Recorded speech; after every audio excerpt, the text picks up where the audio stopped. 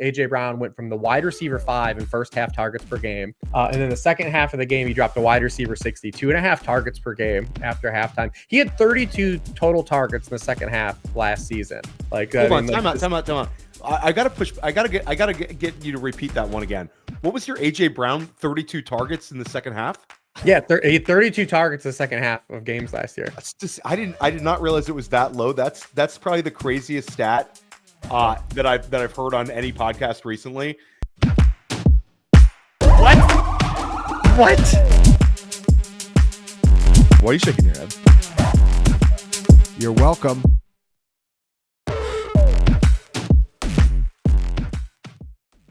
How should fantasy managers be attacking the wide receiver position in 2025? School of Scott, Theo Greminger, and Scott Barrett, we're continuing our positional series. If you want to check out our running back episode with Pat Carrain, you can find that right on the School of Scott feed. If you want to check out our quarterback episode, we recorded that with JJ Zacharyson. You can find that as well on the podcast feed and on Fantasy Points YouTube. We specifically bring in Rich Hribar to handle wide receivers because it's such an important position. And Rich is one of the sharpest human beings on earth when it comes to this thing of ours. So, Rich, I'll start out with a kind of a difficult question here. Last year, fantasy managers were spoiled by the success of wide receivers drafted at wide receiver 40 or below in ADP. Brian Thomas Jr., Ladd McConkey, Jackson Smith-Njigba, and Cortland Sutton all finished as top 15 scorers at the position, and all were drafted at wide receiver 40 or lower. If you're picking a player being drafted in this range that can hit that sort of near wide receiver 1 level or wide receiver 1 level, who would it be? Let's see. I want to give like a deeper answer. So I'll go with Jayden Higgins, because when you rail off that name, we look at guys that are kind of, on the rookie contract spectrum, right? Like the unknown. That's why they're priced where they are. It's like they haven't delivered or come with like elite pedigree to inflate that price tag, right? That's what we had last year with some of the names that you reeled off, or someone was disappointing. So I look at kind of the context of this Houston Texans offense. And maybe the undoing for this will be the defense is too good. But I just look at the way they've built this offensive line that in a King Moonracer-esque fashion, where they are just throwing off just cast-offs and vagabonds, guys like Cam Robinson and Laken Tomlinson and Ed Ingram and Trent Brown. And they're just throwing all these guys at the offensive line. They've got an injured Joe Mixon. We don't know when he's going to come back. We have a system change in Nick Caley. Like, is this going to be conducive to what Dameon Pierce has been successful with in the NFL? If we're not going to have Joe Mixon. Is it a non-explosive Nick Chubb going to be the answer? I don't think so. I think the Texans are just going to throw the hell out of the football. Like I said, maybe the defense is too good to where the game scripts don't line up for this, but I think they're really going to wing the ball around. Jayden Higgins is going to start in 2 wide receiver sets.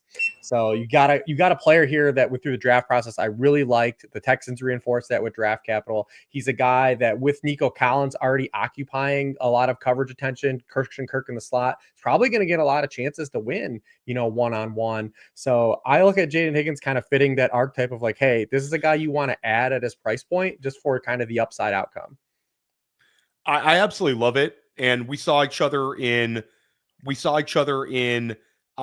York this week at the Flex Leagues, Rich, and I took Jayden Higgins in that draft. So I also love that. It kind of validates it. So sort of in your argument for Jayden Higgins, you mentioned a rookie with strong draft capital and in a situation they could thrive in. Love that answer, Rich. And I think that Higgins is in a really, really strong ADP where he could really return value. We're seeing him in like the 10th round of FFPC drafts, 11th round sometimes. For me, I'm going to go with Emeka Egbuka. And I've made this argument on a couple of shows, and a couple of them I've gotten laughed off, and a couple of them people are totally seeing the narrative. But Chris Godwin, we don't know what's going on with his health. And it's just the general vibes where Tampa Bay has Baker Mayfield, this pass-happy system, an offense that just prints fantasy points. We have a lot of enthusiasm about the offense. Then we should also have enthusiasm about Emeka Egbuka. You also have Mike Evans talking about how this could be his final season. He's 32 years old. So even with Godwin out, it's sort of a bet on talent rising to the top with Egbuka. it reminds me a little bit about the Bucky Irving vibes that we had at this time last year, where every day we'd hear something positive about Bucky, and then all of a sudden he exploded. But I think Egbuka has a chance to do that from week 1 on. And then I'll cheat a little bit. Jordan Addison, who continually goes wide receiver 37-ish on Underdog, on FFPC, NFFC. Scott and I talked about this. We drafted Jordan Addison at the 707 in an FFPC main event. And I think something that really resonated with me that Scott said was he has sort of a similar range of outcomes as some of these wide receivers being drafted like 3 rounds ahead of him. And Addison has tied for the 12th most receiving touchdowns in NFL history through a player's first 2 years, has 19 touchdowns in 2 seasons as a pro.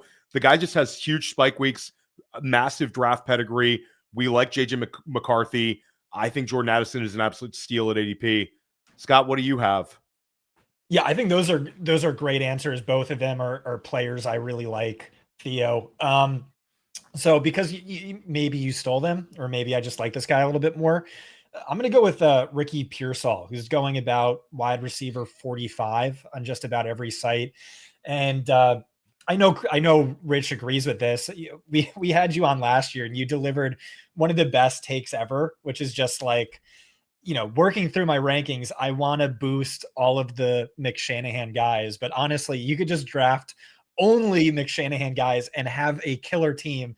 And yeah, that's a great point, is like the importance of the play caller is huge. You're seeing sort of power law play callers and power law offenses like you would power law players. And so one of your takes this year was like, I want to draft all of the 49ers. There's just so much value.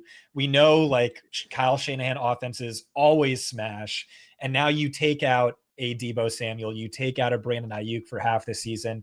So I know you're like I am, high on Christian McCaffrey, high on George Kittle, high on both of the wide receivers. And so I was working through my rankings and I was kind of debating where to put Jauan and where to put Ricky Pearsall. Ryan Heath is very much a Jauan guy. JJ Zachariason is very all in on Jauan. And so I was debating where to put this. And I was talking to Brett Whitefield on the phone, one of the best ball knowers, film watchers of all time. And I was like, Brett was really high on Jauan way before the breakout. He's like, no, this is an underrated player. This is a very good player. He was also a Ricky Pearsall guy. He was saying this is a top 5 wide receiver in that class, should go round 1, when people thought that was crazy. And then that happened. And I was saying, hey, who would be the Deebo in this offense? Who would be the Brandon Ayuk in this offense? And he's like, it doesn't really work like that. And I doubt Kyle Shanahan's thinking like that, but Ricky Pearsall can do the Ayuk stuff. Ricky Pearsall can do the Deebo stuff. He is just really good, really and like Brett was just caping up, pounding the table for Pearsall. And Brett has made me look like a genius so many times throughout my career. So that really gave to me the edge, Ricky Pearsall. There's value to both, but like the way Brett is talking about him, we know there's a ton of value in these rookie wide receivers and they're getting steamed up this year. It's sort of like the JJ Zachariason ambiguous backfield thing. It's like, we don't know how good these players can be, where maybe we kind of know who Jauan is at this stage of his career. And so there's untapped potential. There's hidden upside to Ricky Pearsall. And yeah, I just feel really good about him as another one of these, Emeka Egbuka, Travis Hunter, Tet McMillan. He was basically a rookie last year because he missed all of training camp first with like a shoulder and then a hamstring, and then he got shot in the chest. So really this is kind of his rookie year. They spent round 1 draft capital on him. You did see the breakout towards the end of the season. It's a player Brett's convicted on. And so I had another point that's been escaping me, but yeah, love me some Ricky Pearsall this year. Yeah, and I talked to Brett about this on Fantasy Football Daily this week, Scott. I talked a lot about Pearsall. Pearsall had this huge day at practice where he caught like all 5 of his targets and apparently was just frying the entire defensive backfield of the San Francisco 49ers. And one other thing, like I love Brett's take that he can do the Ayuk and the Deebo stuff. Another thing is if we look at the Shanahan offense, you see these massive points per game ascensions where like Deebo Samuel goes from being like an 11 point per game player in year 2 and then jumps to 21 points per game in year 3. Brandon Ayuk, I believe, had a similar like huge leap forward in production season where he had a different path where it was really a goes up to like 16 points a game in 2023, but wasn't really being drafted that way. Rich, I know you're high on Pearsall as well. Sort of share your thoughts on like a ceiling case for him this season. Well, just from a 10,000 view stance, we're getting a year 2 player that Kyle Shanahan took in the first round in a season where the wide receiver 1 still is going to miss an unknown amount of time. And you're going to get him in like around wide receiver 40. Like, even if that like is a losing bet at the end, like that's still a bet I'm just going to take like a bunch of times and see what happens for the upside outcome. I'm really excited to see what kind of wrinkles Shanahan has this offseason. I thought that we were going to have some signal for the 49ers making some wholesale changes, not to the point where we were going to see him like bump up to like a ridiculous amount of 11 personnel or like change things. But I think they were going to have more of a traditional drop back game. I think he's got a quarterback that he has confidence in, that he doesn't have to handhold to the degree of other quarterbacks he's had in the system. Brock Purdy can create off script. Remember when the offseason opened too, they released Kyle Juszczyk. Now, some of that was monetary reasons, but there's no guarantee they were going to get him back. So like, was the fullback going to be as part of his plans, coming into the season too? We don't really know that. Like someone should ask him that, to be honest, and see. But now we've got kind of this like, the injuries at the wide receiver position are kind of throwing some of that in limbo too. Because, does Jauan Jennings have a calf injury? Is it a hold-in situation? How much of it is related? Ayuk, we don't know when he's going to be back. So it's some of those things are kind of in motion. But I do think that this team was going to show a different look, removing Deebo Samuel from this offense and just not having to have Deebo Samuel in the way you have to create touches for a Deebo Samuel player. I think we were going to see more downfield passing from this team, and getting Christian McCaffrey back is absolutely massive for that, because without Christian McCaffrey on the field last year, Brock Purdy, faced his highest rate of 2 high safeties in his career. Like, it went massively up, like over 10% from his first 2 seasons. And he was still effective downfield passer, even with all those injuries. So I'm just really bullish on the system and the 49ers in general. But again, year 2 wide receiver, round 1 capital, wide open receiving room, and he's wide receiver 40. Like, come on. And the other thing I was going to say too is, like, you look at Jauan and like people who are super pro Jauan. It's like, whoa, look at these last 9 games. He was, top 7 in target share, which he was. Like, volume is great, but he also only had 1 100-yard game all year. And now he's sort of holding out or holding in. He has the calf injury. I've been calling a non-contract injury. And, maybe he's in a doghouse, or at least it like opens up, an opportunity for Pearsall to get featured. And he's probably either, if they do work something out, some kind of extension, or where he gets some money this year, because they do have cap space right now to kind of alleviate this. But big picture, like, is Jauan Jennings a guy that they can pay, right? Like, that's the question. That's a big question mark for them. I'll give the follow-up question to both of you, because you're making certainly Ryan Heath, Scott, multiple people have made Jauan Jennings arguments this offseason. Mm-hmm. Now you're starting to see Jauan Jennings at a little bit of a discount. Maybe a $2 million would cure the calf ailment, that sort of thing. From a game theory perspective, Scott, since we're trying to help people win in fantasy this year, is this a massive opportunity where in certain leagues taking a Ricky Pearsall in round 7 and a Jauan Jennings in round 8, or a Pearsall in round 8, Jauan Jennings in round 9, and simply double tapping this position in a range of drafts where we don't always find huge ADP winners? A double tap bet on a Shanahan, chasing the Shanahan wide receiver 1 with both of these players seems like it's in play for drafters. Curious your thoughts on that, Rich, and then back to you, Scott. Yeah, I think it's a little bit tougher in a managed league, just because you're going to have to play the cat and mouse game. Because again, we're high on the 49ers bouncing back this year from a scoring stance, but this is still a team, when we talk about an overall volume stance, is probably not going to be in the top 10 in pass attempts, right? And like in dropbacks. And that just makes it tough from a managed stance. We have to ride that efficiency wave where, hey, what if Pearsall and Jennings are hot to start the year? I also think there's going to be pockets of the season where these guys all kind of get off, right? Like, it could be Pearsall to open the year or Jennings to open the year. Then when Ayuk starts to get integrated back in this offense, like, who kind of gets squeezed in that 11 personnel stuff, right? Because the one thing about Jennings is he's an active blocker. Like, he's active in the run game. That matters in this system.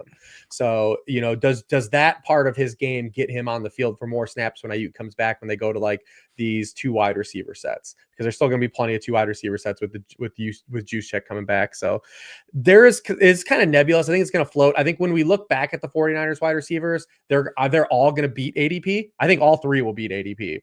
It just depends on what pocket of the season you were in on the right guy, and what part of that made the difference in terms of fantasy leagues. Because if Ayuk is popping in the playoffs, like, then how do you combat that, right? Like, if it's Pearsall kind of maybe has more wire to wire percentage, or it's someone that's hot for the first month of the season, it's kind of tough to diagnose. But I think I would be hesitant to draft two guys just because of the top down volume and having to diagnose that on a weekly level of being in like who to start sit. Scott, your thoughts? Yeah, I originally wrote it up as pick 1, bet on 49ers wide receiver 1. And then I, thought about it further. I was like, no, I'm just not being honest. Just grab Pearsall. And I feel good about that today.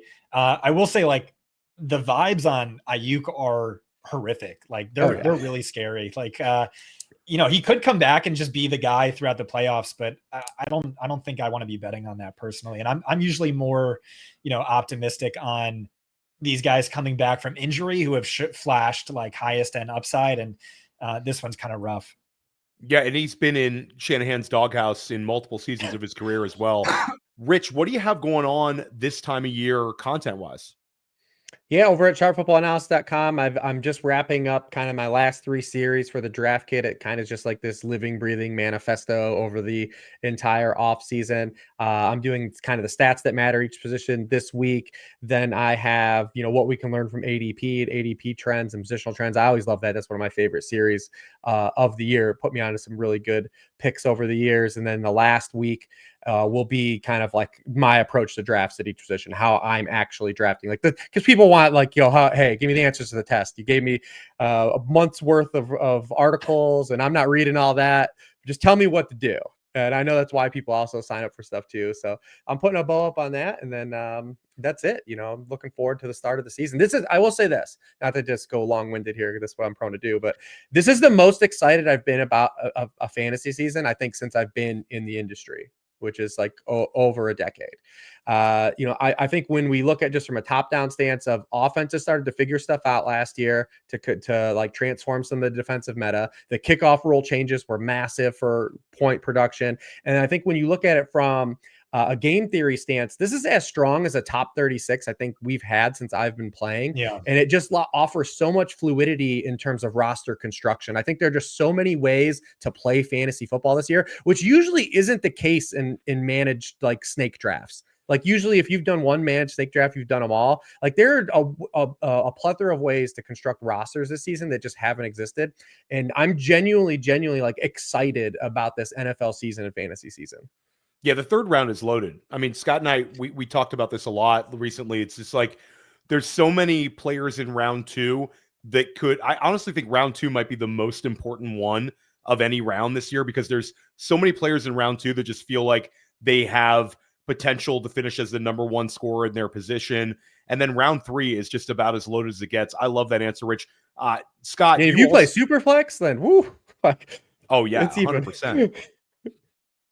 Scott, you also have a short article coming out this week. Now, I actually your massive article is dropping this week. Everybody's excited about it. Not sure exactly when this podcast is going to drop, but about the time that you're getting this podcast, you're going to be able to get this article. Let everybody know what they can expect, Scott.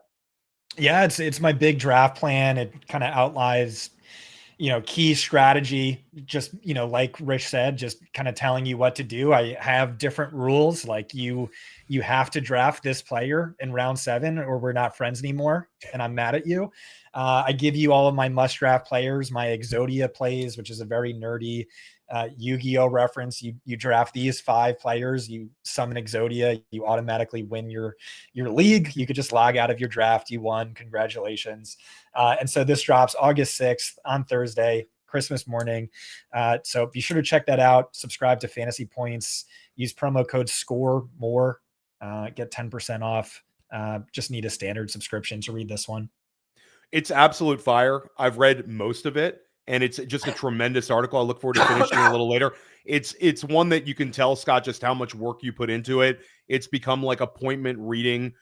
So this is one where if you're going to subscribe to Fantasy Points for like one article, this is one of the best articles that you're gonna find anywhere in fantasy, anywhere this offseason. So big shout out to you for all the work you put into that one, Scott. We alluded to before the break the fact that we have such a chalk wide receiver one, and I don't think there's any reason to sort of like pour cold water on Ja'Marr Chase. He's such a great pick in such a great situation with such a great quarterback, and he was the wide receiver one last year in his prime as a player. But let's talk about who the wide receiver two is. This is one where I think a player is sort of settling in this month. Curious which way you are leaning on this question, Rich. Yeah, and what's interesting, what's cool about fantasy football wide receiver ones, and I also have Chase wide receiver one, but we've had 8 different wide receiver ones in 8 straight years, and they've been 8 different players. That isn't like Justin Jefferson skipped year and then was a wide receiver one again. Like it's been just 8 different dudes have paced the position, which opens up the field. And I think the field is as strong as you could as it's ever been. You know, we're not taking Garrett Wilson at the 1-2 turn this year. We're not taking Marvin Harrison Jr. at the 1-2 turn this year. Right. It's like legit dudes like Brian Thomas Jr. I mean, people are like, have kind of like forget AJ Brown is still like a legitimately excellent football player this year. Arguably one of the most comfortable second round picks you can make this year. But yeah, I still do have Chase one because the Cincinnati layout, right? And what you love about Chase is that the usage changed, right? Like you know, Zach Taylor takes a lot of heat. I've given him some heat before too, but one thing he's been consistent is creating opportunities for Ja'Marr Chase, which we appreciate in the fantasy community. So as a proxy of kind of that extension of what I just talked about, I still have CeeDee Lamb too. I kind of think like Dallas could be a version of kind of Cincinnati NFC version, but I mean, their pass rush is better. But their secondary is an absolute shambles entering the season. Their offensive line has question marks. I don't think they're built to run with this group of running backs that they have. So I think there's just gonna be a lot of dropbacks. And Lamb is one of these players that gets the full field usage that we want. He moonlights in the slot. He can win outside. He scores touchdown. He creates after the catch. So just by that, I have Lamb too. Yeah, I have Lamb too as well. And you bring up the slot usage. I think that the presence of George Pickens could put CeeDee Lamb in potentially inside the slot 55% of the time, 60% of the time this year. It's less pressure on Dallas to have to use him on the outside. A lot of easy button looks for him. He's just fantastic. I could make a case that I think his target ceiling is just as high as Ja'Marr Chase. We already saw CeeDee Lamb finish as the wide receiver one overall in 2023. It feels like he's headed back towards a 180 target year. And the way we usually identify the wide receiver one overall, at least recently, is the player with the most catches, the most targets, most end zone targets. Pretty simple formula. Lamb certainly checks those boxes. I think the edge goes to Chase because Chase has those incredible spike weeks on top of it. So I'm with you. Lamb as the wide receiver two. Scott, are you also on the CeeDee Lamb wide receiver two? Is it close for you? Like, where are you at on this one? Yeah, I have him wide receiver two. It is very, very close for me. I don't really have anything to add. I think you guys kind of nailed it. Well, we'll start with you on this with this question, Scott. And Rich sort of alluded to this one. AJ Brown living inside of round 2, and he's not the only appealing wide receiver in that range.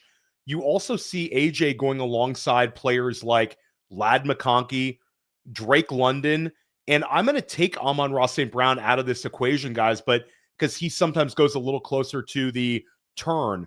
But London, Ladd McConkey, AJ Brown, a lot of rankers are just going to say, hey, they're all in one tier for me. All are good picks. But Scott, if you had to pick one of them, you had one single draft this year, and you were going to draft a wide receiver among these three, who would it be? Yeah, it's a super tight tier for me. I have them all neck and neck in my overall rankings, but I had it Nico, AJ, Drake, Ladd, Amon-Ra, which maybe that's spicy, but that's what I had. So I remember last year I was saying early in the season, I'm like, Nico Collins might be Julio Jones reincarnated. I've been thinking about it a little bit more deeply. I think he and AJ Brown are like the same human being. Like in my eyes, like insanely talented, freakishly hyper efficient. The big difference is just, one offense has been more pass heavy than the other, I think. But you look what AJ Brown did last year. set the fantasy points data record in first read target share, one of the best ever fantasy points per route run. And it was an offense that ranked dead last in pass attempts last season. There's no way that repeats. Rich has like one of the sickest stats ever about AJ Brown in the second half of games, which I'll let him list off in a second. Rich, which way are you going on this question though? Yeah, I'm with you, Scott. I think Nico's probably the one there, but let's specifically just the guys who are kind of like neck and neck here. London, Ladd, AJ. Pick one, Rich. I have London in full PPR, AJ Brown in half PPR. I know that's a hedge, but I do think that because I think London is probably, I would rank third. If you were asking me to project guys to like for targets, I would have it Chase, Lamb, and then I would actually have London 3 in terms of projected targets. Because I look at Atlanta, their situation with their defense and their schedule, like they're just littered the front 2/3 of the season with just teams that they're going to have to score points against. And I think they inherently want to be more balanced, but they're going to have to chase the scoreboard. And when you look at the depth of the Atlanta Falcons pass catchers is not good. I mean, with Darnell Mooney, who by all accounts, it looks like he's going to be okay to when we get to week 1. But in Darnell Mooney's absence, Ray McCloud's been filling in the outside. Like it's literally London, Mooney, the ghost of Kyle Pitts, Bijan. Like that's like where the offense is centered around. And this is a team that's going to have to throw a lot of passes. So I do think London is an absolute smash. And I think he offers a lot of touchdown equity too. But I do think when you start to remove some of the catches, like people forget AJ Brown did flirt with 150 targets his first 2 years in Philadelphia. Mm-hmm. He did flirt with 1,500 yards his first 2 years in Philadelphia. If AJ Brown was like he's just played for the Titans and the Eagles. If AJ Brown was in a different situation for his career, like this dude would be putting up, like we would be talking about him literally like approaching like Hall of Fame status. Yeah. Like he's that good of a football player. Yeah. And Scott kind of alluded to last year. They just got handcuffed because they were just too good of a football team. In the first half of games, Jalen Hurts was actually 14th in the league in dropbacks per game. Now, we don't expect the Eagles to jump to top 5, top 10, but if like you're in the middle of the league, like 14th, that's absolutely significant. In the second half of the game, it dropped to 11.3 dropbacks per game. It was 36th in the NFL. As a byproduct, AJ Brown went from the wide receiver 5 in first half targets per game, 5 per game. He averaged even in this Eagles offense, still averaged 5 targets per game in the first half of games. It was wide receiver 5. And then the second half of the game, he dropped to wide receiver 60, 2.5 targets per game after halftime. He had 32 total targets in the second half last season. Like it's absolutely wild. Now Philly flips this year. They go from having our 4th easiest schedule in the NFL last year to our 4th hardest. It's the number 1 flip in terms of oscillation, in terms of easiest to hardest. They play 10 games against playoff teams from a year ago. They're just going to throw a lot more. I also like these gamers that have pushed Joe Burrow over Jalen Hurts. Like Godspeed to you. Like time out. I gotta get you to repeat that one again. What was your AJ Brown 32 targets in the second half? Yeah, 32 targets in the second half of games last year. I did not realize it was that low. That's probably the craziest stat that I've heard on any podcast recently, and just the natural variance of things. I'm absolutely team Drake London. I think London, like it's sort of like a CeeDee Lamb light bet where Rich, you said it perfectly. Like he could have 180 targets this year. He could catch a bunch of touchdowns.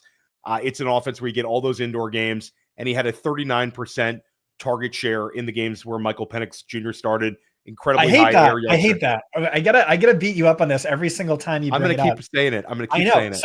So I'm devil's advocate here, Rich. Does this mean anything to you? Darnell Mooney got hurt in week 17.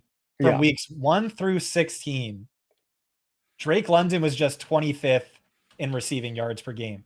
You want to guess how many receiving yards he had more than Darnell Mooney? Well, in the overall, so before with Cousins, so here's like my thing about the London stuff is the gap. So Kirk Cousins, the transition from Zach Robinson to Kirk Cousins basically made him like 2023 Michael Pittman, like with Gardner Minshew, right? Like we saw the slot stuff, it created a high floor, but we weren't getting like that ceiling stuff. I remember every week in the worksheet, like writing about Drake London, it's like, man, everything is like here, except for like we're not cracking through any ceiling. Like the floor's here, the usage is where we want it, but like where's the juice? And when Michael Penix took over, that's when we started to see the marriage of the floor plus the ceiling. I don't care so much about the target share stuff because he's not going to be at 38%. Obviously, we know that. But like, if he's going to be like, I just rattled off their pass catching depth chart. Like, he's going to be probably close to 30 though, like 25 to 30. So Penix is the type of player. I think when you look at him, he's got like the Jameis Winston gene. Like, he wants to throw outside the numbers and he wants to throw vertically. And we're getting the free square stuff all set up for him. And also we get all the touchdown stuff. Like, you brought up the yardage was like relatively equal with Kirk Cousins. Well, guess what? He had the touchdown stuff was all him. I mean, all the red zone stuff. He had one end zone target for Darnell Mooney last year, 14 for Drake London in the red zone. In the red zone, 24 Drake London targets, 6 for Darnell Mooney. I like Darnell Mooney. I like him as a contingency bet. I think Atlanta's going to throw it around. I think he's a great value pick as ADP. But like, we know where Zach Robinson wants to where he wants the ball to go. Yeah, led the league in end zone target share last season. Drake London did for sure. Really good touchdown upside. Devil's advocate though, weeks 1 through 16, Drake London had only 23 more receiving yards than Darnell Mooney. Week 16 was a Michael Penix start. Darnell Mooney outgained Drake London on only 2 fewer targets. Week 17, what happened? Darnell Mooney got hurt. What happened week 18? Darnell Mooney sat out. So everyone talks about the Michael Penix starts and what that did for Drake London. But Mooney played week 17, played almost the entire game. Yes. He played hurt. He played hurt that game, right? Because then he immediately. I see the goalpost. I'm going to say that the fantasy analyst who's known for upside wins championships. Oh, I know. Cannot use Darnell Mooney as a reason for me not to draft a player like Drake I agree with you. But I have it AJ Brown at 14th overall, Drake London 15th overall. So that's and like, let's not forget, again, to play devil's advocate, is like he did kind of suck those first 2 years. I know there was an Arthur Smith thing, but George Pickens was way more productive in the Arthur Smith wide receiver 1 role with similarly bad quarterback. I don't know why I'm fighting you guys on a player I'm high on, but and Scott, we just drafted Drake London in the FFPC main event. You really need this guy to hit in a major way. I just want to put Lad McConkey above him, I think is what I just want to keep wanting to put Lad McConkey higher and higher, but I'm not he's doing the player I probably have the most trouble kind of with, right? Because he's like the hardest guy in that area to like ballpark like exactly where the project. Because he's going in an area where like you could literally like start to see like, hey, these guys all are getting 150 plus targets, and he's the one where it's like, because we know he's a really good football player, and my history of doing this just has bet on the good football player. But then when I start analyzing stuff, I'm like, well, he's going to get so much less opportunity than all these guys. I think the Chargers offense is something we can kind of fight on a little bit. You lay out a great argument for why you think they're going to take a massive step back in pass rate. Not massive, but I think that people are running with what happened the back half last year too far without the context of what had transpired to that offense. Especially in their last game of the season, right? Well, especially the way the season ended, yes. But like the back half of the year when Dobbins started to get nicked up and the run game just really sputtered, right? They couldn't run the football. They just couldn't. They couldn't run the football the back half of the year. And it pushed them to finally, hey, why don't we actually use our best players on offense? What a concept. Justin Herbert, Lad McConkey. We should probably just run the offense through them. But then that still didn't really even happen with Lad. He still had to operate at this level of just pristine efficiency. Like there was no give or take with him. Like he just had to run so pure. Like he was even out targeted, I think, in 3 of the final 4 games than Quentin Johnston. And then you look at even in the like I talk about the spike weeks, the red stuff. He had 9 red zone targets last year. Like that's it. Like he had as many end zone targets as Keon Coleman. Like. And then they add some guys, and then so going back to the Chargers thing, they couldn't run the football. They get to the postseason, they lose a playoff game where their quarterback throws 4 interceptions. They rush 18 times for 50 yards. I'm not a great mathematician, but I know that's fewer than 3 yards per carry. Are you telling me that Greg Roman and Jim Harbaugh like looked each other in the eye after that, and that's like, yes, this is the kind of football we want to play? Like there's no way. That's why they threw a bag at Mekhi Becton when free agency opened. That's why they signed Najee Harris. That's why they used a 1st-round pick on Amari Hampton. Like, so like I look at all those. I still look at all of that and say like, hey, Roman and Harbaugh still want a Roman and Harbaugh. Now, how much can they put back in the bottle is the question from the back half of the year, because we know McConkey, because he did this his entire career at Georgia, operating on limited efficiency and had all these great metrics, right? But the reason why he never had like a bunch of spike games at Georgia was the volume.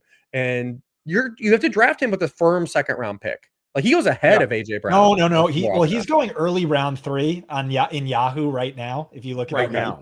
Right now. All right, let me play devil's advocate for just a little bit. First of all, Ladd McConkey is freaking awesome. Malik Nabers, yes. Brian Thomas Jr. just put together one of the best rookie seasons of all time. It was Ladd McConkey who beat them out in yards per target, in EPA per route run, EPA per target, fantasy points per route run, first downs per route run, whatever you want to look at.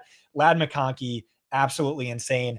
The offense, yeah, it looks like they're going to go more run heavy this year, but also Justin Herbert wasn't healthy at any point last season, dealt with a number of brutal injuries.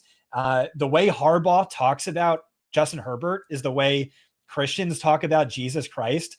Harbaugh is basically saying, like, if I don't get this guy to the Hall of Fame, I will not be able to live with myself. This is probably the best player I've ever coached, the best player in all of football. And I'm like setting out to prove that to you all. I think the offense is going to be even better, even more efficient with the upgrades at offensive line. And I think we're all understating Ladd McConkey's volume, Ladd McConkey's productivity. What he just did was arguably better than anything we've seen from any other rookie in recent memory. You look at his final 8 games, if you include that postseason game where, granted, Justin Herbert threw 4 interceptions, but you include that game, he averaged 106.8 yards per game over his final 8 games. Puka never did that. Jamar Chase never did that. Amon-Ra never did that. BTJ, Malik Nabers never did that. And the target share over the span, 26.4%, was above a Puka Nacua, above a Jamar Chase. But I also can't tell if, like, I'm just trying to will this into existence, which is why we have a Rich Hribar on to maybe knock some sense. No, I mean, it's a fun conversation, because like I'm with you, like in my history of like trying to like nitpick these types of players has always kind of showed me, like, just keep betting on the player that shows you he's good. It's just when we have to make that hard decision, right? Like that firm decision. Like I know the Eagles are going to throw a ton more this year. I firmly believe that Jalen Hurts is not going to throw 360 passes again. He's going to be in the 500s. And if Jalen Hurts is going to flirt with 500 pass attempts, then that means AJ Brown, because AJ Brown is another one of those players where I just look at, it's like, all right, he wins everywhere, right? Like, it's like the upside is just so, I feel just so comfortable taking AJ Brown. Like, I just get a level of comfort that I don't get. It's the known commodity versus the unknown upside type bets with the McConkey and London to an extent. Even though London finishes the wide receiver 1 last year, a lot of it, the backloaded production. I get it. Let's go a couple picks earlier. When you get into the back end of round 1, debate is starting to settle in, and this is sort of true for every single format. We're seeing it in FFPC, Underdog, NFFC. Puka Nacua, Malik Nabers, Brian Thomas Jr., and then Scott, we'll throw Nico Collins back into this one because he's sort of the swing that sometimes falls in the beginning of round 2, but oftentimes is in this range. So we've got 4 players who are all immensely talented, clear wide receiver 1s on their team. And in Nabers and Puka, I can make an argument that these 2 guys have leading the entire NFL in targets in their range of outcomes. Starting with you, Rich, between these 4 players, if you have to put a chip on one of them for a single draft, who would it be? And this is the best area, I think, to draft in, and offers you the most flexibility because of just what's available at the 3-4 turn and the 5-6 turn as well. Like, you have a lot of freedom to either kind of split the baby. Is that a phrase we're still allowed to say? Split the baby? I don't even know. Splitting the baby is still appropriate. I didn't know if like that had like some kind of like back like where it started. It's like, dude, you can't say that anymore. So it's sorry. Not canceled yet. Not canceled yet. If you have to cancel for that, I apologize. But you can go wide receiver, running back, wide receiver. You can go wide receiver, because at the 3-4 turn, you've got really good running backs available. You can mix in George Kittle. You can mix in a favorite receiver choice. At the 5-6 turn, you often have like Travion Henderson, RJ Harvey available. Like, you can just team build so many ways from this area of the draft. I will say, like, I've already kind of made like the pro London case. He's a guy I target frequently in that area when I'm taking wide receiver. I I would bet Nico out of the other guys. I think Puka I consider still going higher than that. Like, right? Like he still goes a little higher. It's So I'd say recently there's a little bit of variance with it because of the steam with Nabers, the conviction with BTJ, and the Stafford fears that are starting to play in. You're okay. see I Fair have enough. a Puka 111. Scott and I took Puka 108. So he's not really sneaking in that top 6 like I would have thought he would have. Well, if he's there, I would say just he's pretty much a smash. I value him higher than that just because of what we've seen through 2 years, and he has another guy like Lamb. We talk about Lamb adding Pickens, Puka adding Devontae Adams. Like he's got so much target share to give away that like he could still give away targets and still be north of 30%. When he was on the field last year, plays Puka Nacua was on the field, he had 41% of the team's targets. Like, Damn. I mean, Crazy. he's got plenty to give away. The one kind of bugaboo for Puka outside of like him playing like a battering ram, like new Anquan Bolden and injuring himself, is he hasn't scored a lot of touchdowns his first 2 years in the NFL, but there's some fluidity there. Obviously, they add a touchdown maker in Devontae Adams, but with Demarcus Robinson and Cooper Kupp gone, it does free up some things. It is crazy how many end zone targets the past 2 years Demarcus Robinson has had. But yeah, so I would still bet Puka. Nico would be kind of like the second guy just because he's knocking on the door, like Scott said. Like he's been knocking on the door of just like really being a wide receiver one in pockets. We just haven't seen it over the full. Like we might have seen it last year if he doesn't pop a wheel on that 60-yard touchdown, right? But yeah, I think that Houston's going to throw the ball around. That's my part of my lead in with Jayden Higgins. So I think Houston's really going to lean into the pass this year. I just hope that they give up some points this year. You don't expect 20 plus carries for Nick Chubb? I don't. No. Or Woody Marks. No, yeah. I sure hope not. Scott, where are you going on this one? Where did you end up in your ranks with these? Do you share the Puka Nacua as the easy answer, or is a player just so appealing right behind him that you want to rank that player ahead of Nacua? No, it's Puka. You just look at the I think it was the best ever fantasy points or second best ever fantasy points per route run. And like, just look at the player, the progression from the rookie season to the sophomore year, where like you could be really high on Devontae Adams, which we are. You look at our projections, and our projections still have Puka number 2. I really flirted with putting Puka above Lamb. I think, the Matthew Stafford, back injury scare thing is a worthy tiebreaker, but yeah, that's how I had it. But I really like we've kind of been saying, you can't go wrong with this. Like I'm predicting a 2015 DeAndre. This Hopkins, isn't last year. Yeah, no. I think Malik Nabers has a 2015 DeAndre Hopkins season where it's just like he gets all the targets, and like that's what the offense should do, because like why are you wasting negative EPA targets on Wan'Dale Robinson? Dude is just good. Like I remember talking to a talent evaluator who's now a GM, and I was like, do you have a comp for Malik Nabers? To me, he reminds me of like Drake London and he just stopped me. He was like, no. This player is so much more talented than Drake London. And this is before he ever took an NFL snap. And, just what, like the only bright spot for the Giants. I just have a ton of conviction in that player's talent. And like, I would say Antonio Brown. Oh, baby. Maybe burstier and more fluid. Like Nabers does stuff every day that's just disgusting. And I live on Long Island, so I'm, the drum beats are even crazier for me because I'm constantly getting this like Malik Nabers. I talked about this with Brett this week, and I really was twisting Brett's arm to get him to say Nabers can finish as the wide receiver 1 overall, but he's actually not high on Malik. Exactly. He loves the player, but he thinks he's just not, that's not in the range of outcomes. I don't know, Scott. I mean, you make an argument like the DeAndre Hopkins usage. If I'm Brian Dable, that's what I'm doing. We already saw him break fantasy points data last year in first read rate, in target share, in air yards share, and he's just getting better and better. So I really want to put Nabers over Puka Nacua, but I think I'm still going to have him behind Nacua, but I want a ton of exposure. I think we're all in agreement. It's just an outstanding tier of wide receiver. And Rich, you get these drafts. Just one final quick thing on Nabers. When I was talking to this GM, I was actually asking about.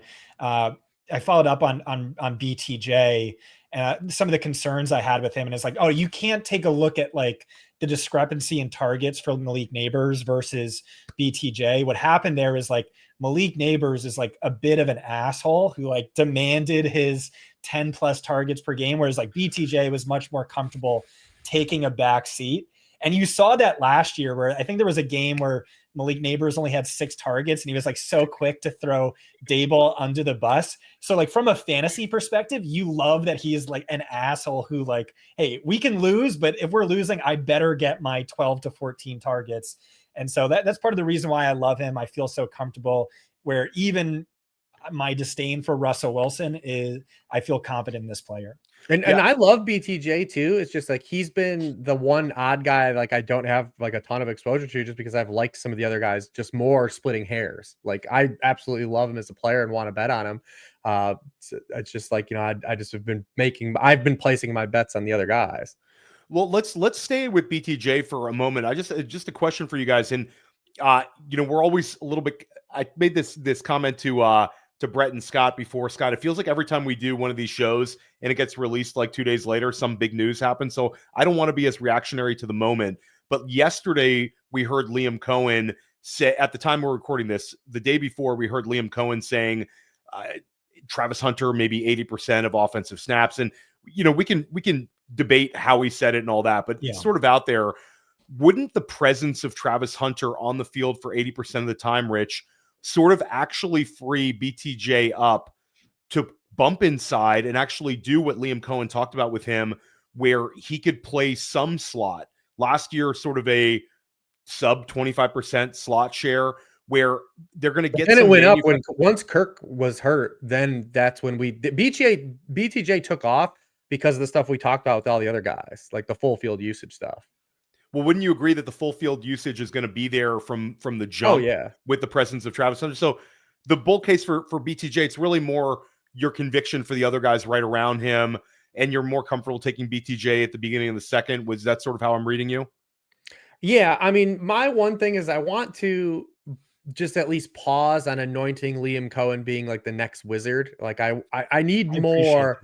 I need more because all the players that were good before. Like, you know what I mean? I need him to be a creator for like these guys that are going to, like, I need him to do a Jauan Jennings, right? Like I need him to do that. Not make Mike Evans good, not make Chris Godwin good, right? Like, and Jalen McMillan scored some touchdowns at the end of last year, but it's not like he was like. What about Cade Otton, wide receiver 1 for that? Well, everyone was Liam Cohen's pretty good. Liam Cohen's pretty good, Rich. This is something. No, I think he is good. I think he is good. There's a reason he got the job, right? Like I think, but I think that just the anointing of saying like he's going to be this next, like Scott led off with the, talking about like, is he going to be in this company with the McShanahan tree, right? Like, is he the next guy to kind of like, so I just want to see more proof of concept, right? That's all. This is like him taking the test. There's a few of these guys this year that are taking the test for the first time, right? Like Liam Cohen is taking the test. Ben Johnson is taking the test this year. Like this is like them reinforcing, because we've been here with a lot of these guys, right? The next guy. There's always been a next Mike McDaniel. It was Dave Canales last year, and then Liam Cohen really outdid him. Yeah, there's been the next Josh McDaniel. There's been, when these guys get a chance to be head coaches, it doesn't always work out. Is what I'm saying. Like, so like I want this is them getting to take the test. I'm very optimistic and still am keeping all the positivity going for the players I like on these rosters because they're additions. I just want to see him reinforce it, is what I'm saying. Because we just came off talking about Daboll. Daboll was in this spot, right? And even that first year of the Giants, everyone's like, look what Daboll did. Oh my God, look what he fixed Daniel Jones. Oh God, and, don't remind me of that like, year.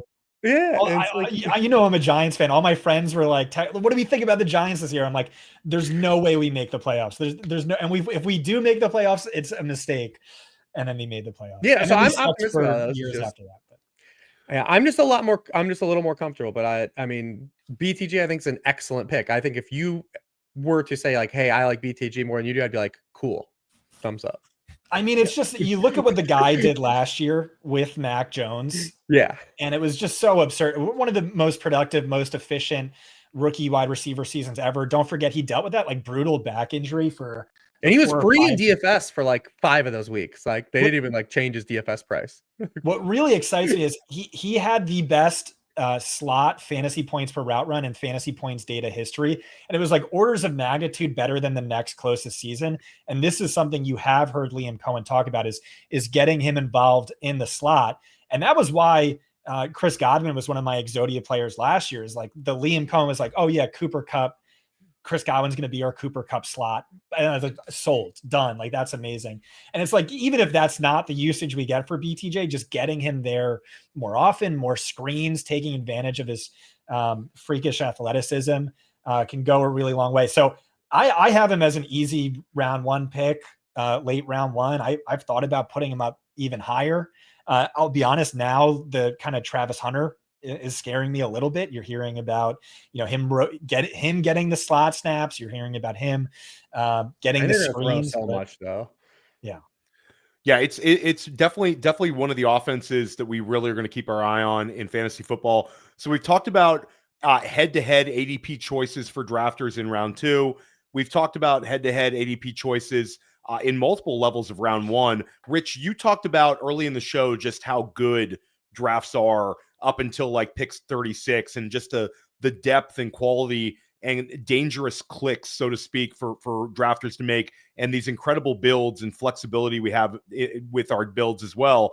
And I think one of the reasons is the strength of these wide receivers inside of round 3.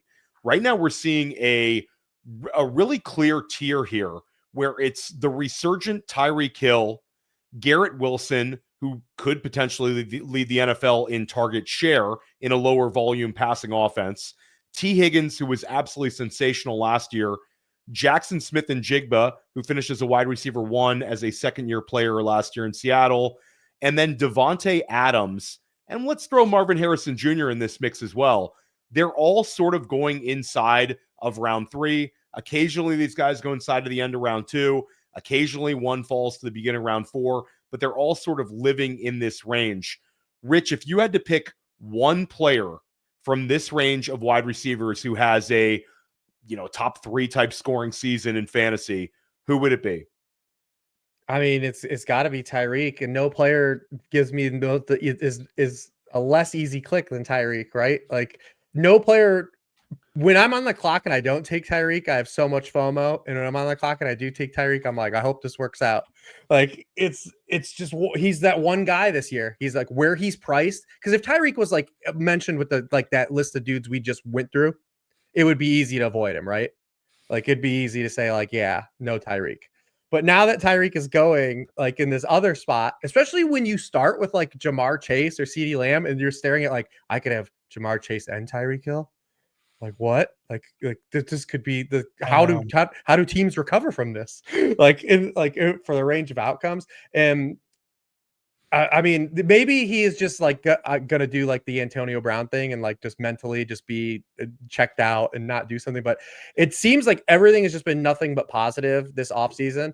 And I don't want to give Tyreek Hill the benefit of the doubt as like, I'm not asking for anyone to offer any empathy for him, but like the dude went through a bunch of shit last year. Like, like he got arrested, he got divorced, like he had a new baby. Who knows what his babies? Who knows what his headspace was, right? Is what I'm saying. And that's not me saying give Tyreek sympathy. I'm just saying like, hey, think about it. It probably impacted his play. He lost weight. He's out here running and all these. He looks like he's super fast again, right? Yeah. And then structurally, I know Ryan has talked about. He had the broken arm. I don't know if you said. Oh yeah, and he had the wrist injury. Yeah, and he had the wrist injury. Like on top of all that, so like. And then we dealt with the quarterback stuff throughout the year. Oh, and also, yeah, sorry, Tua missed a bunch of time early. They started off 2-6, and like, who's going to check out at 2-6? It's going to be Tyreek. But if they start off 6-2, like, could we be looking at another almost 2,000-yard season?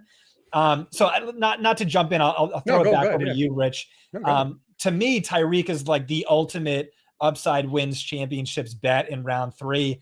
I have him wide receiver 12. That might be a little higher than you, I'm guessing, Rich. And it's just like you look at his Vegas odds. He's 11.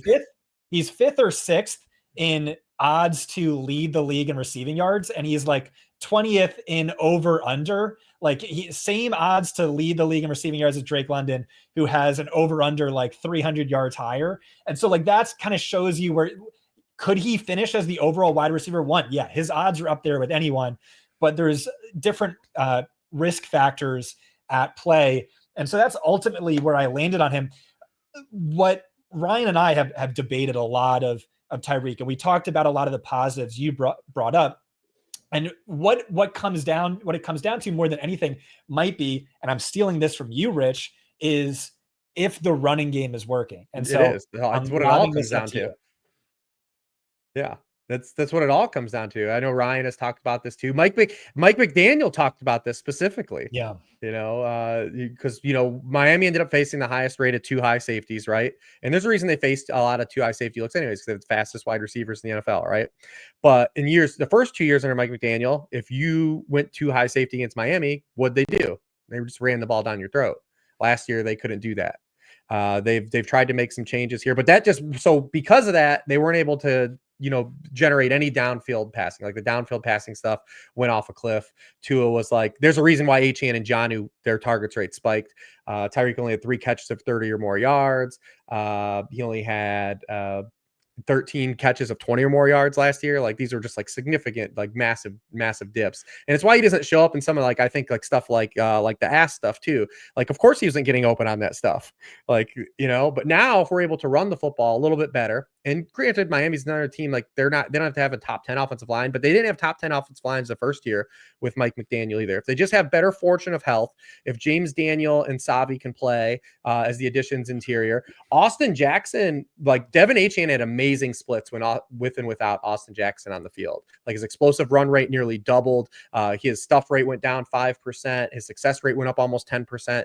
And they're going to just giving Austin Jackson back on the field could be a massive difference too. So if they're just able to run the football better, it just opens up more of those opportunities to win downfield for Tyreek and Waddle, who I think is also another player that at his ADP like is supremely appealing.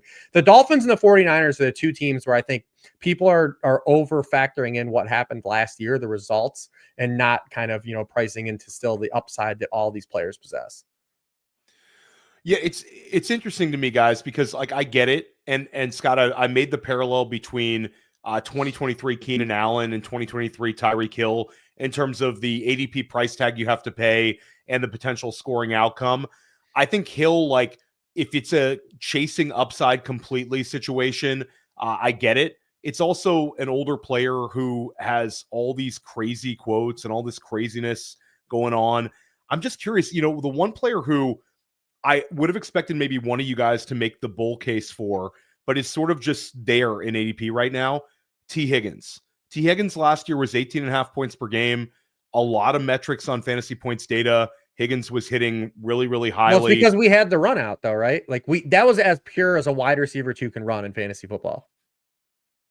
But it's not in the range of outcomes. Do you think that the Cincinnati offensive machine just keeps going? Well, I think that you have to price in expected regression for them. Like when you look at the history of quarterbacks that have had over 6% touchdown rates, they just don't repeat. And like, so like, it's easy to look at the Bengals and say, hey, everything's on board with what they did last year. Let's just run it back. But that's not how the NFL works. You had the most pristine run out you could have for a player that is attached to a wide receiver 1 in terms of what he was able to produce last year. Joe Burrow has to run that exact same pure. And Joe Burrow is, I think, and also a bad bet at ADP for that same reason. So I don't think T. Higgins is necessarily a bad bet at ADP, but like you had the run out. Like don't pay for it now. Yeah, I'll be a little bit more defensive of T. Higgins. Yeah, you have regression priced in because he was the wide receiver 2, wide receiver 3 by fantasy points per game when healthy. And so there's that. Today you have Dan Graziano, Jeremy Fowler talking about there being more of an intention to scheme T. Higgins up in the slot, be the big slot for that offense. I am predicting this to be the offense that leads the league in passing yards kind of easily. Like the defense, if anything, only got worse. And I will say, I think this is a really talented player. I think I was underrating T. Higgins was a major target for me last year with, no more Tyler Boyd, seeing better usage. But I think I was underrating the talent, and I'm not anymore. And the clue for that was that Steelers game. That Steelers game where he scored 17.9 fantasy points on 10 targets. That was great. Doesn't tell the full story. Joey Porter Jr., probably the second or third best cornerback in football, was shadowing T. Higgins in that game and got called for 6 penalties. I think it was the most by any cornerback in 5 years.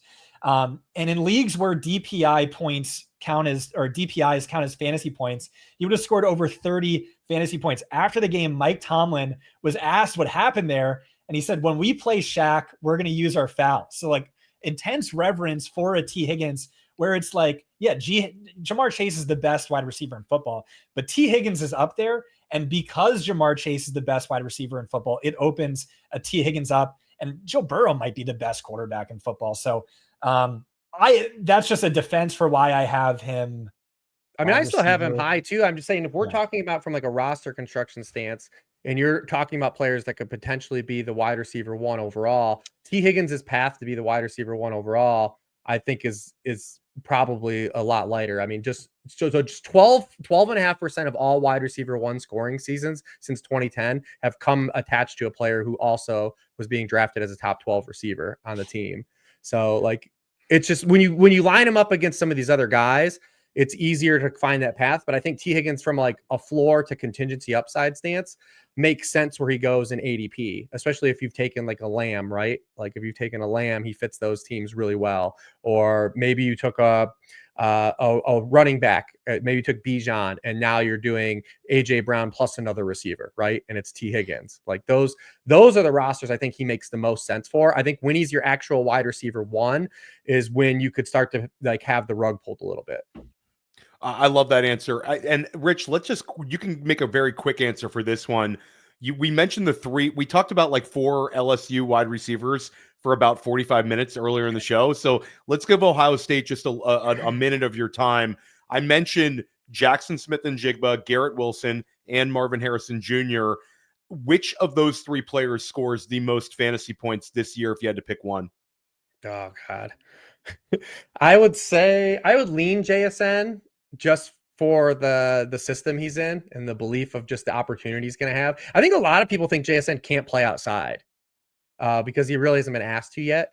But I mean, he was really good on the small sample we saw him play outside as a rookie last year. Just didn't really have that much opportunity. I think Clint Kubiak's going to put him in a position where the play action pass, like he's going to have all the cheat code stuff. Like he's going to be moved around. He's going to be moved around more. He's going to get a lot more play action targets. He's going to get a lot of like pre-snap motion stuff in Clint Kubiak's system. Marvin Harrison Jr., I get the appeal. I do, because of the touchdowns, right? I'm someone that generally cares about touchdowns. And I think that Marvin Harrison Jr. could easily have double-digit touchdowns. And hopefully, because everyone that is tearing down what happened to Marvin Harrison Jr. last year, like if we all know it, like the Cardinals know it, right? Like, but is it, so then you have to play the chicken and egg game. Like, is it a Kyler problem? Like, is Kyler, does he legitimately have an issue throwing over the middle of the field? Like, that's a real thing that you have to bet on, because he was open. Look at all the work Matt Harmon did. Like, it wasn't a Drew Petzing thing, and it wasn't a Marvin Harrison Jr. thing getting open in the middle of the field. He just didn't get the ball thrown to him. He was winning on those routes, and he was actually running those routes. So is it because his quarterback can't see over his offensive line? Yeah, that's the thing. Is it a Kyler problem? And then with Garrett Wilson, like we're just doing the same song and dance we do at Garrett Wilson every year, right? Like this is the same exact shit. Like he's got the same problems he had, except for now he's going to have a massive volume decline. Like the Jets were second in the NFL in drop back rate. Like he's going to, like no Justin Fields team has ever thrown the ball at a high rate. Like, so then he's got to be hyper efficient on a volume drop from a quarterback that just hasn't delivered hyper efficient targets. And I know a lot of people will talk about the DJ Moore year. Maybe we can get Emmanuel Forbes out of retirement to come guard Garrett Wilson for a few games. And he can absolutely put a 250-yard game up on him. But I mean, you can't pay the iron price for a guy attached to Justin Fields. You just can't. You just cannot. So like I would lean JSN out of those 3 because I think the infrastructure of his system has a lot more positives. And he's going against Cooper Kupp, like, right? So like I feel a lot better than him. But to be honest with you, I don't draft a lot of any of those guys. I mean, I can't take any of those guys over any of the good quarterbacks. I'll say that right now. Wilson's one that I'm going to have to adjust in my own rankings. I really don't like the vibes. from Jets beat reporters about this passing game. I think Wilson, again, could lead the NFL in target share, but what's that worth in this offense? I think it's JSN. And I think JSN, Scott, I've talked about him sort of as a potential value. You're starting to see him creep into the beginning of round 4 in some of these leagues. I think I'll be clicking that button a little bit. I wouldn't be surprised if JSN, we look back and we say this was a really, really good ADP price tag. Anything to add on those 3 wide receivers specifically, Scott? Garrett Wilson was one of them.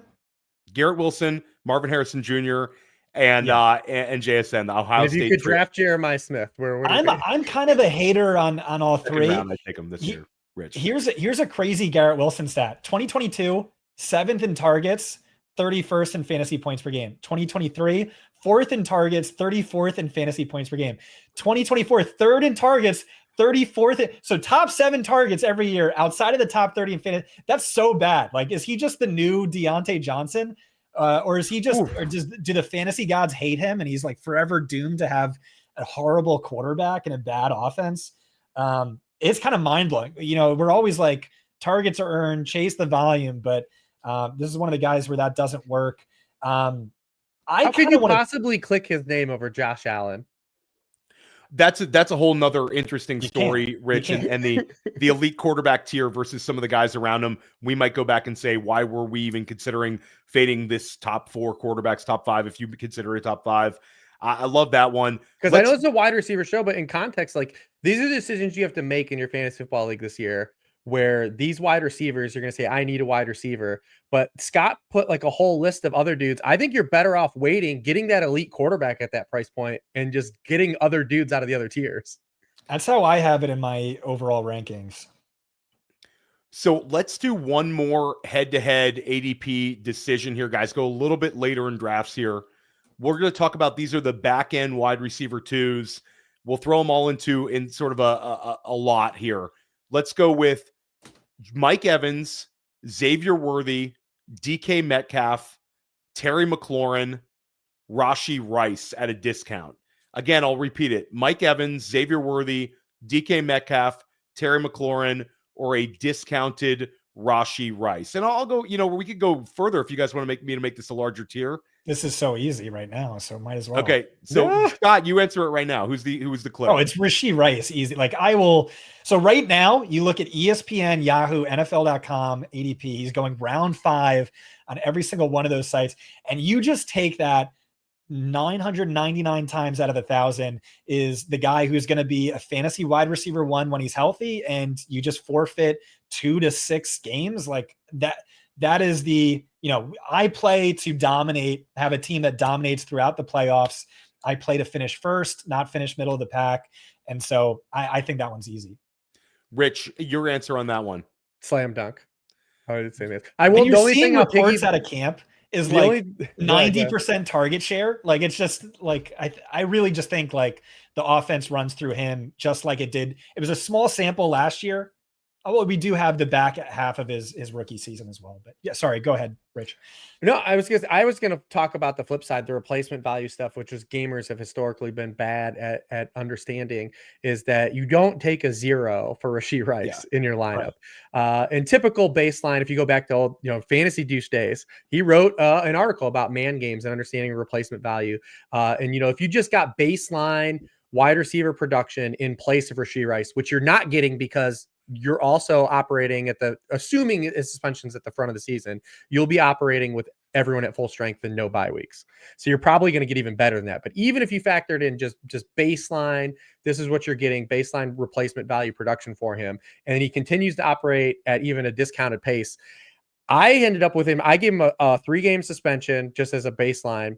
I lowered his points per game from what he was even off that heater, because just factoring in, hey, what if they just don't rebottle all the Xavier Worthy stuff? So I even lowered his projection, gave him a 3-game suspension, and him plus baseline replacement value still came out as the wide receiver 15 for the whole season.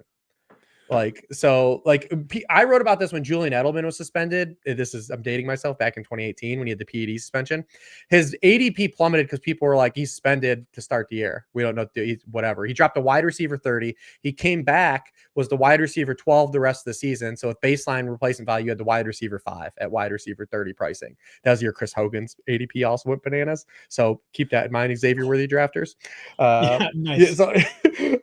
But yeah, Rashee Rice would be an easy slam dunk. I just drafted him in the draft that me and Theo did this weekend. I drafted him in the 5th round. I'm absolutely just clicking the button every time there. Yeah, and to your point, Rich, I know some people who put a lot of money into this thing, and they're joining drafts specifically to get some 5th round Rashee Rice exposure. So I think that's the case. I will say that the one thing with drafting Rashee Rice is it requires a little bit of planning structurally, Scott, because we don't know the length of the suspension, but a lot of the teams I'm drafting, and certainly you draft, Scott, you end up with 2 wide receivers in the first 4 rounds, and then Rashee Rice becomes this like incredible luxury pick. So I do think structurally there needs to be a little bit of an asterisk, but Rashee Rice absolutely there. When you have like Darnell Mooney's basic like UDFA on major sites, like I'm really not worried about getting a replacement wide receiver for Rashee Rice. So the only thing I say is right now is we're still flying in the dark on just what's going to happen. This is and you know, we could guess it, but a lot of times we're also, Rich, I'd say we're very bad at guessing lengths of suspension. I mean, obviously the Judkins situation is different because he hasn't signed the contract. Guys, we're talking about the Chiefs here. Like, you know, every referee has a Chiefs jersey on underneath the black and white. So like he might get a 1/4 suspension. Oh my God. Drive suspension. Imagine it's one game. I mean, it would just be the victory laps on Rice drafters would be incredible.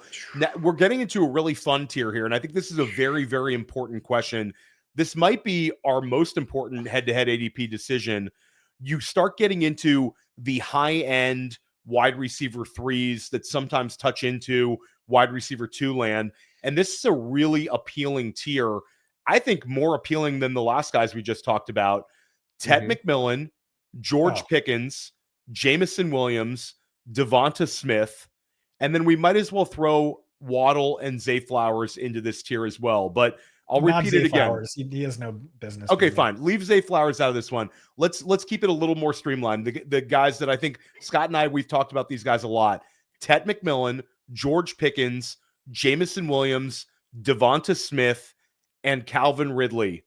5 wide receivers, all going in this sort of appealing range of drafts, all with, I think, a lot of upside outcomes to their games. Rich, where are you at? I would just bet on Ted McMillan with the elite capital, right? Like, and it's funny that people talk about the Marvin Harrison Jr. thing not working out at the 1-2 turn, which was too rich anyways, but also in the same year where Malik Nabers was a supreme value. Right. It's the same thing I get with like, hey, Anthony Richardson, dipshit, Konami code, when Jayden Daniels was literally the best value of like the quarterback position. Like, you know, it's like, hey, it's cool to tear that stuff down. But like, I do think that Ted McMillan is I actually think he's a better all-around prospect for today's NFL game than Marvin Harrison Jr. was coming, because we kind of really just glossed over some of the Marvin Harrison Jr. issue stuff, but we didn't see him really play with any diverse usage at Ohio State. He didn't force any missed tackles after the catch at Ohio State, and that was all things that were also part of his doing last year too. Where Ted McMillan, when he did get a chance to moonlight in the slot, which we saw, was 36% of his routes. So like he absolutely smashed on those. He was a good tackle breaker. So I look at him and I'm just like, all right, he's still entering at the right time. If we move him around a little bit, like he's got an upside path to the lead target in his pass game. So I'll just bet on him out of that group. But this is the pocket of guys where I want to get like 2 of these guys on rosters. I love that answer, Rich. I mean, I think if you can walk away with 2 of these guys, you are feeling absolutely great about a lot of your builds. I love your Ted McMillan answer. We have him higher than Marvin Harrison Jr. in our dynasty rankings at fantasy points. And I think strongly in agreement, Scott, Ryan, and I were all on that train. I think he's going to be a really, really good first-year player. And we have a trend here where a rookie wide receiver has finished as a top 6 PPR scorer at the position in 4 out of 5 seasons. So it's a nice trend to kind of dive into with Ted. For me, it's Jameson Williams. I want as much Jameson Williams as humanly possible. Brett Whitefield was saying he thinks he's going to get 125 targets, guys, and he thinks he's going to be inside the slot a lot. I think Jameson's going to blow up this year, but you could make a case for multiple guys in this range, and I certainly want 2 of these guys in every single draft. Scott, which of these players are you betting on? Tat and Rich just killed it, so nothing to add. Awesome. Well, let's do we have any other wide receivers you want to pick Rich's brain on here, Scott, or can we got to move on to a big picture questions to sort of end the show? Yeah. So again, I love having Rich on. I was telling you before the show, you're my favorite fantasy expert analyst. And so like selfishly want to pick your brain because I have the draft guide dropping tomorrow. I have this like big blob tier of wide receivers. Let me put it up I'll put it on the screen for the YouTube audience. No, I don't. All right. So we have this big blob tier: Cortland Sutton, Calvin Ridley, Devonta Smith, Jameson Williams, Jalen Waddle, George Pickens, Terry McLaurin, Marvin Harrison Jr., Travis Hunter, DJ Moore, Chris Olave, DK Metcalf, Jordan Addison, Jerry Jeudy, Deebo Samuel, Stephon Diggs, Xavier Worthy, Zay Flowers, in no particular order. You said you want to be drafting multiple from this range, and I'm just curious who at cost is exciting you the most, and if you want to make a case for them. Yeah, I look at that group, feel really strongly about a lot of these players. I do like the guys that are the clear like wide receiver ones in their offense. Like I said, we have kind of like that pocket of guys that are definitely that offer contingent value. When I look at those guys, I look for them like kind of where they're properly priced. So I think the guys that are properly priced where for their median outcome and then offer more upside if something were to happen to the wide receiver one on their teams would be like Devontae Smith, Waddle, probably J-Mo, and then George Pickens. And then you've got like that other group of guys like Cortland Sutton, Calvin Ridley. I'm trying to think of who else was on that. I was trying to read the whole list. It was so full, but like that are clear. They're clear number wide receiver ones in their offense, which gives them a clear path to like potential like full on upside. Because again, we talked about the T Higgins stuff a little bit. Like you need to run into a situation like that where you have the team throwing the most passing touchdowns, the most passing yards, all of those things to make that wide receiver 2 hit as a wide receiver 1. Even though it gets quoted all the time, like you can do this, like that, like Tom Brady did this in 1 year. But then when you look like, under the hood on a weekly level, like one of the guys clearly wasn't operating as a wide receiver 1. He just finished as a wide receiver 1. It's just so very few instances where you get that Bengals run out from last year. So these guys like Cortland Sutton, Calvin Ridley, like these guys are really appealing, I think, at their cost, especially Cortland Sutton, because everyone loves Bo Nix. Like how is it possible everyone loves Bo Nix in fantasy football and hates Cortland Sutton? Like I generally can't like wrap my head around that. Maybe you hate touchdowns too, Rich. I don't know. Yeah, because I mean, when you look at because Theo was talking about what we saw a little bit for what we saw Jameson Williams when he came back from his 2-game suspension last year. He opened up as more full field usage. He wasn't reliant as much as a speed player and winning downfield. He had a lot more nuance with targets. His intermediate target rate went up. His shallow target rate went up. His deep target rate went down. And that created a higher floor. That's why Jameson Williams had like 5 or more catches, I think, in 7 of the final 9 games last year. Well, the same thing happened for Cortland Sutton, last year. He went from just being kind of like a tertiary prototypical X receiver to being like a lead primary target and then having a high floor because the rest of the Denver wide receivers were just a complete rotation. It looks the exact same on paper, except for the addition of Evan Ingram, right? So like he's still going to have a high target share. He's still going to score a lot of touchdowns because Evan Ingram has never scored touchdowns or never even been involved as a red zone scorer. Sutton has done that his whole career. He's a wide receiver 3 in throws to the end zone last year. So I still think he's going to be the primary touchdown score there. Calvin Ridley has the same argument you can make for guys like Nico Collins 2 years ago with CJ Stroud, a guy like Terry McLaurin last year, getting Jayden Daniels, like getting that rookie bump. Cortland Sutton also would fit in that same corollary, right? Of getting the rookie bump. I do hope Brian Callahan gets Calvin Ridley some more diverse usage than we saw last year. That's the one kind of pushback I have, is that I would like to see him give some more things created for him, but definitely still like the pro side of that too. It's like, it's just a pocket of guys I want to get multiple swings at. I will say the guy I'm probably down the most out of all that guys is Xavier Worthy. Like he's the guy I have the least amount of faith in, which is it seems kind of crazy, right? Yeah, I'm a big Worthy hater this year too. We had Sean Siegel on, and I knew he was going to make that argument as like the guy, and I didn't want to hear any of it because I don't want to be talked into Xavier Worthy. He's just so expensive, and that Rashee Rice stuff didn't help. Yeah, I'm the resident like doesn't hate Xavier Worthy guy, so Scott, you can argue with me on that all you want throughout the season for sure. Well, I don't hate him either. It's just the cost, like his cost and the bet. Like this is a player that didn't even have 80 yards in a receiving game in the regular season last year. It took a jailbreak scenario in the Super Bowl with the wide receiver one off the field. I just don't know if he has the type of ceiling that we should be drafting where he's being drafted at. Yeah, like I kind of think this is an open shut case. I want to pick your brain though on Devonta Smith versus Jordan Addison. Theo and I were just talking about this. I know you're big into wide receivers with contingent upside. Yeah, I'm usually not the handcuff argument with wide receivers. It just doesn't feel as compelling to me, but maybe you can convince me. But to me, it's like they're sort of the same guy, except Addison goes 3 rounds later and might be suspended the first 2 games of the year, where, everyone stays healthy. You're looking at like low end wide receiver 2, high end wide receiver 3 production. And there's upside in case of an injury. But in this case, the wide receiver 1's already hurt. Jordan Addison dealing with an injury. Justin Jefferson dealing with an injury. And so like, I just can't get excited about a Devonta Smith relative to an Addison. Or do you see things differently there? I do like Devonta Smith from the sense of like I think he's just a really great player. Yeah. And he's just kind of like, he has the volume concerns that we talked about. I mean, I think he's, as good as some of these other guys that we talked about from a talent perspective. Like, I think he's a better football player than Courtland Sutton, but it just he doesn't have that pristine opportunity, even with the Eagles potentially throwing more. But he has been a player that like he offers more floor than Addison. Addison is really tricky, right?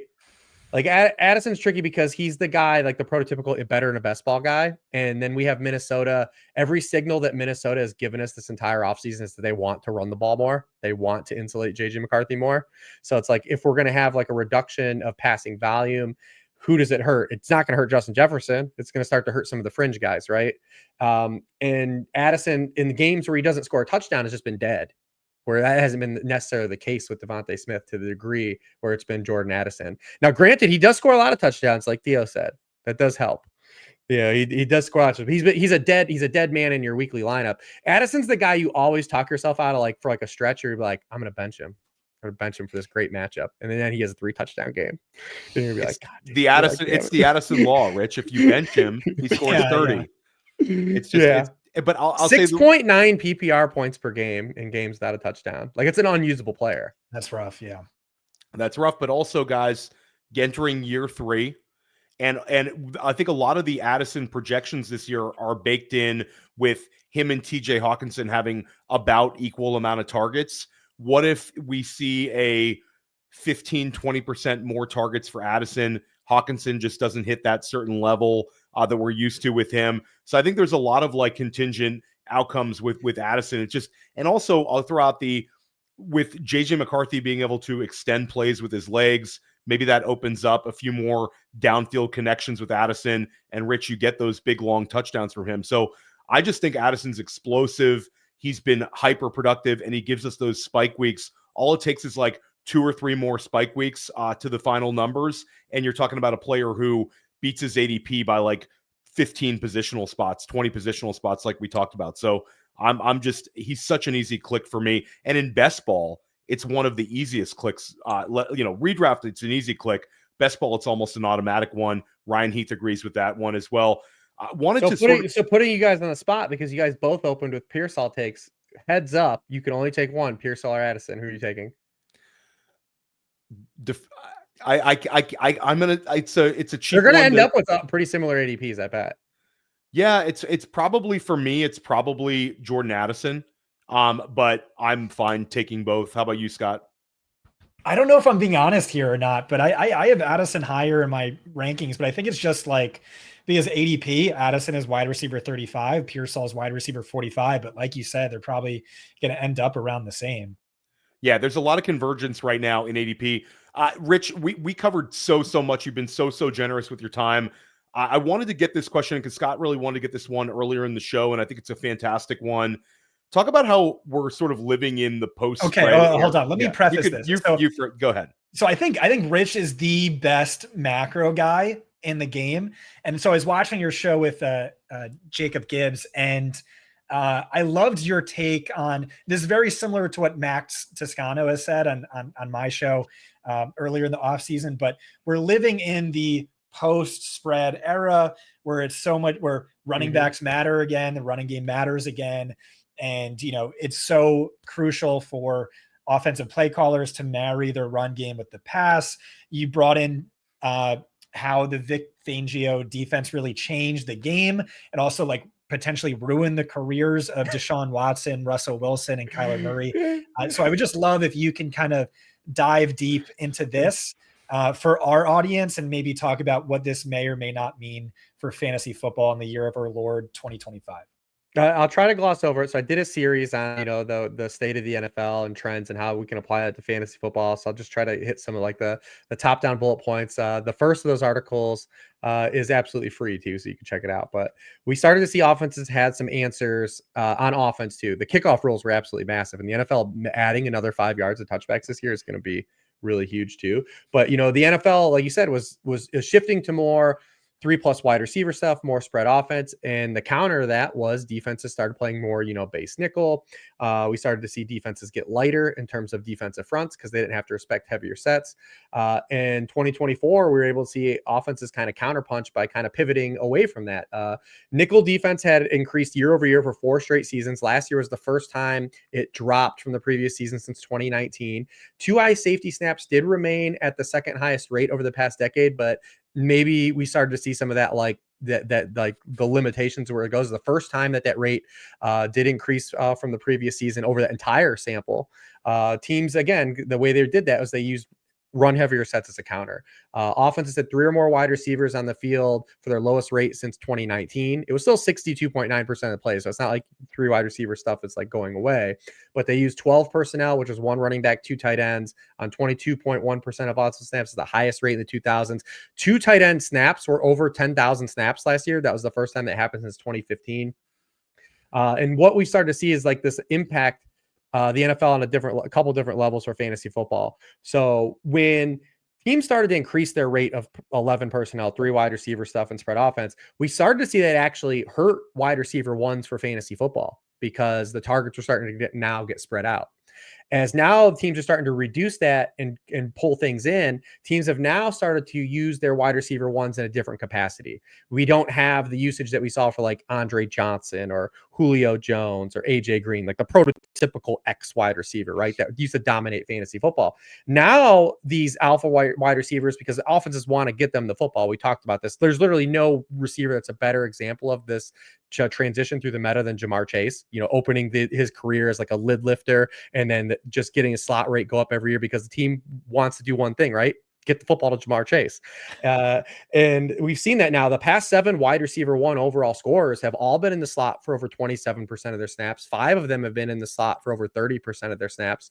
It's just getting these guys moved around. It's actually hurt the actual slot receiver now, like the prototypical slot receiver. People I know get tired of me saying the Jayden Reed stat where he's only run 7 routes on 2 wide receiver sets the past 2 years, but it's a problem, right?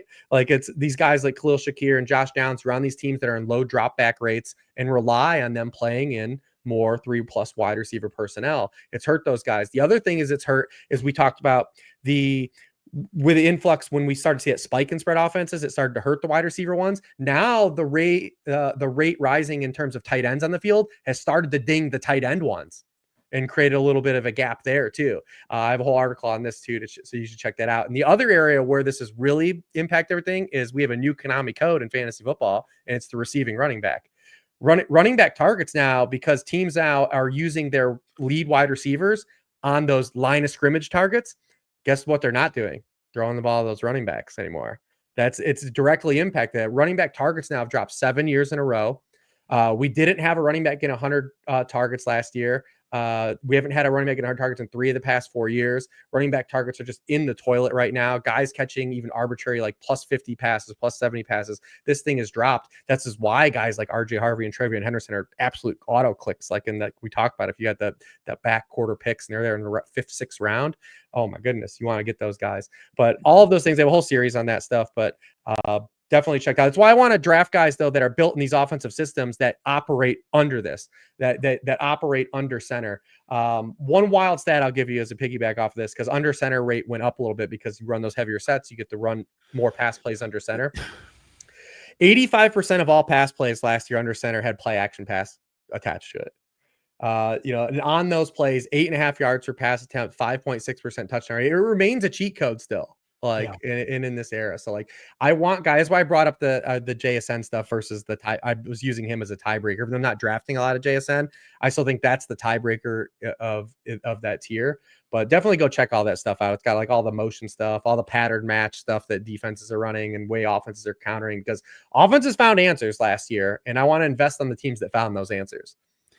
The new Konami code is the pass catching running back is one of the hardest bars ever dropped on the School of Scott podcast. Wait, hold on. I got to follow up to that. Because teams aren't targeting running backs anymore. Does that make Christian McCaffrey RB1, Rich? I toyed with it. I still think that it would be irresponsible of us. And I was someone that opened the offseason with McCaffrey as RB1, because the first thing it popped in projections was like, oh my God, look at this schedule. Look at this opportunity he has with this wide receiver room. But I still think it would be the amount of injuries he's had, missing double-digit games 3 times, versus a player of a similar archetype in Bijan Robinson, who's on the ascending spectrum. I still think it's irresponsible to flip them. But if Christian McCaffrey is the RB1, I don't think you blink at all, right? Like that's why I have him RB2. It's so insane. Like our projections, we have him averaging like a full yard per carry less than his career. We have San Francisco's RB2 getting like 4 times as much work as we've ever seen from a San Francisco RB2, and he's still like RB2 by fantasy points per game. He's right. Just such a freak. I mean, and that's the difference. I have no problem with you. If you tell me Saquon Barkley can have an Adrian Peterson-esque type run, I believe that happens. Like, I don't push back on that at all. But I do think the difference between... Can Derrick Henry do that too? Absolutely. Yeah, okay. Absolutely. I think so. But I do think the difference between those two players and like the two players, like I include Bijan there too, is the receiving and goal line stuff. Derrick Henry has the goal line stuff. We saw Lamar Jackson needed a carry inside the 5 last year. Mm-hmm. Saquon had all the things we were worried about. Saquon still existed under the surface. It's just that he literally had a 2012 Adrian Peterson season. His yards per or his target rate per route run was the lowest of his career, and it was even worse when the Eagles had their guys all on the field. Because remember, Goddard, Devontae Smith, and AJ Brown all missed time. When those 3 guys played, his target rate per route run absolutely plummeted. And then the tush push was still a problem. The dude had 3 carries from the 1 yard line. Like that, it's still significant. Like it's still, he had no bunnies. He's literally Wendell from Varsity Blues. Like, Jalen Hurts is Storm, right? What was his name? I can't think of what was his name, man? I can't remember it, the quarterback's name. But it's like, he's like, if he doesn't score from 20 yards out, then here comes the tush push. It's a problem. So I can, if you think that Saquon has another 2,000-yard season, keep smashing him as the RB1. Absolutely do that. But I do think that some of the signal from his receiving and touchdown stuff that we were a little bit worried about joining the Eagles did exist, that where like I still kind of have him behind those guys.